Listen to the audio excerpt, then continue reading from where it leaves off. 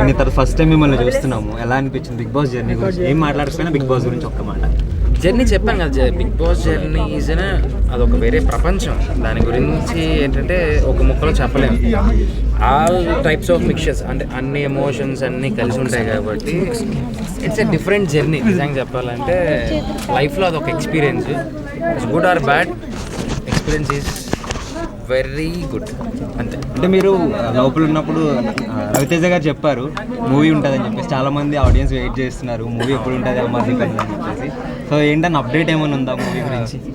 ఇంకా ప్రెసెంట్ అయితే లేదు. నేను కూడా ప్రెసెంట్ కొద్దిగా రెస్ట్లో ఉన్నాను, కొంచెం బాగాలేదు. కొంచెం సెట్ అయ్యే టైం వరకు తర్వాత మేబీ ఉంటుందని నమ్ముతున్నాను.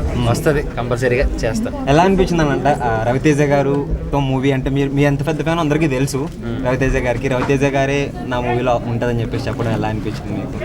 అక్కడే కదా నాకు నేను విన్నర్ అని అయిపోయాను, అర్థమైపోయింది. నాకు చాలా, నాకు అది నాకు దేనికోసం వచ్చానో I achieve that. That is enough for me. So Ravi Teja గారి కోసం బయటకు వచ్చేపోయి చూసారా, చాలా మంది ఆడియన్స్ చాలా హ్యాపీగా ఫీల్ అయ్యారు. మీకేమనిపించింది ఆ సిచ్యువేషన్స్లో? తీస్తే వచ్చేసేవాడిని, నాకేం సిచ్యువేషన్ ఏం లేదు, తీసేస్తే వస్తే. అంతకన్నా ఇప్పుడు నేను షార్ట్ ఫిల్మ్ చేసే టైం నుంచి ఇప్పటికైనా సరే ఎప్పుడైనా ఆయనంత అవ్వాలి. Is our inspiration. యాక్టింగ్ వరకు వస్తే ఆబ్వియస్లీ అలాంటి ఆయనే వచ్చి చాలా ఛాన్స్ ఇస్తే ఎవడాగుతాడు. ఈగల్ రిలీజ్ అవుతుంది కదా, అలాగ అనిపిస్తుంది. ఈగల్ మూవీ ఆయన లుక్కే అవసరం. ఇంకా మాస్ గురించి ప్రత్యేకంగా చెప్పాల్సిన అవసరం లేదు. మాస్ ఎంటర్ అయ్యాడంటే థియేటర్ మొత్తం మాస్ అదిరిపోతుంది. ఎలా ఉండబోతుంది అంటే మీరు రచ్చ చేస్తారా first day? First day compulsory. నేను ఎవరితో సంబంధం లేదు, నేను వెళ్ళేది కూడా మల్టీప్లెక్స్కి వెళ్ళను, లోకల్ థియేటర్లో. మాస్ థియేటరా? మామూలుగా ఉండదు. మధ్యలో కూల్ డ్రింక్ సమోసాలు వండుకొని చూస్తుంటేనే అదొక కిక్ ఉంటుంది అనమాట. చెప్తారు బాబు.